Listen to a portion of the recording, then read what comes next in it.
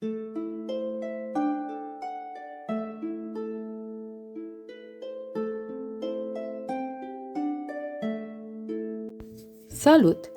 Haideți să ne dăm frâu liber imaginației și să ne închipuim un prădător atât de puternic încât să ducă la dispariția întregii faune marine.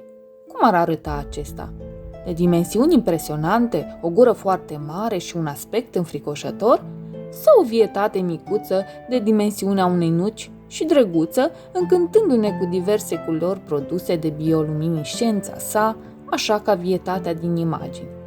Dacă unii dintre voi vă gândiți la a doua variantă, ei bine, ar fi cât mai posibil. De ce? Această vietate de aproximativ 7-12 cm, cu corpul transparent sau translucid, asemănător cu al unei meduze, se numește Mnemiopsis lady și face parte din ctenofore, nu din familia meduzelor, pentru că prezintă pe corpul său rânduri de cili care se mișcă producând bioluminiscență. Se presupune că a ajuns în Marea Neagră în mod accidental, prin apa de balast a navelor comerciale.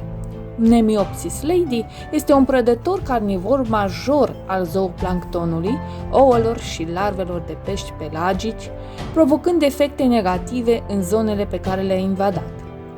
În Marea Neagră și Marea Azov, stocurile de pești au suferit modificări profunde, manifestându-se ca o scădere bruscă a biodiversității și a abundenței componentelor principale ale ecosistemului.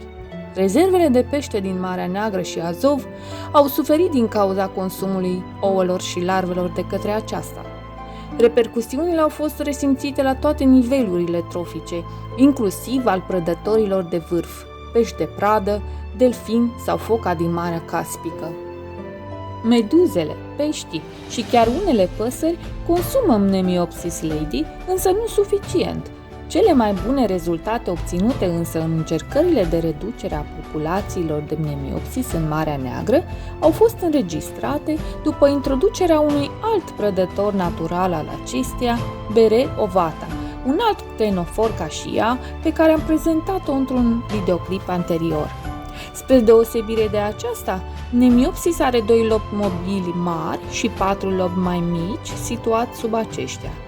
Închizându-se unul peste altul pe marginile lor, învelesc complet zona gurii animalului. În faza de embrion are și 2 tentacule care dispar mai apoi. Mnemiopsis lady este un hermafrodit simultan cu reproducere liberă, capabil de autofertilizare. În funcție de disponibilitatea alimentelor și de temperatură, pot produce 2-3 mii de ouă pe zi. Embrionul se formează complet nou. Durata de viață a indivizilor producători de ouă poate fi de mai multe luni. Personal, cred că planul de reducere al numărului de exemplare ale acestui prădător a dat rezultate, pentru că în scufundările mele am observat mult mai puține exemplare de Mnemiopsis decât de Bere ovata, care nu are prădători naturali. Mulțumesc pentru vizionare și aștept impresiile voastre în comentarii. Toate bune!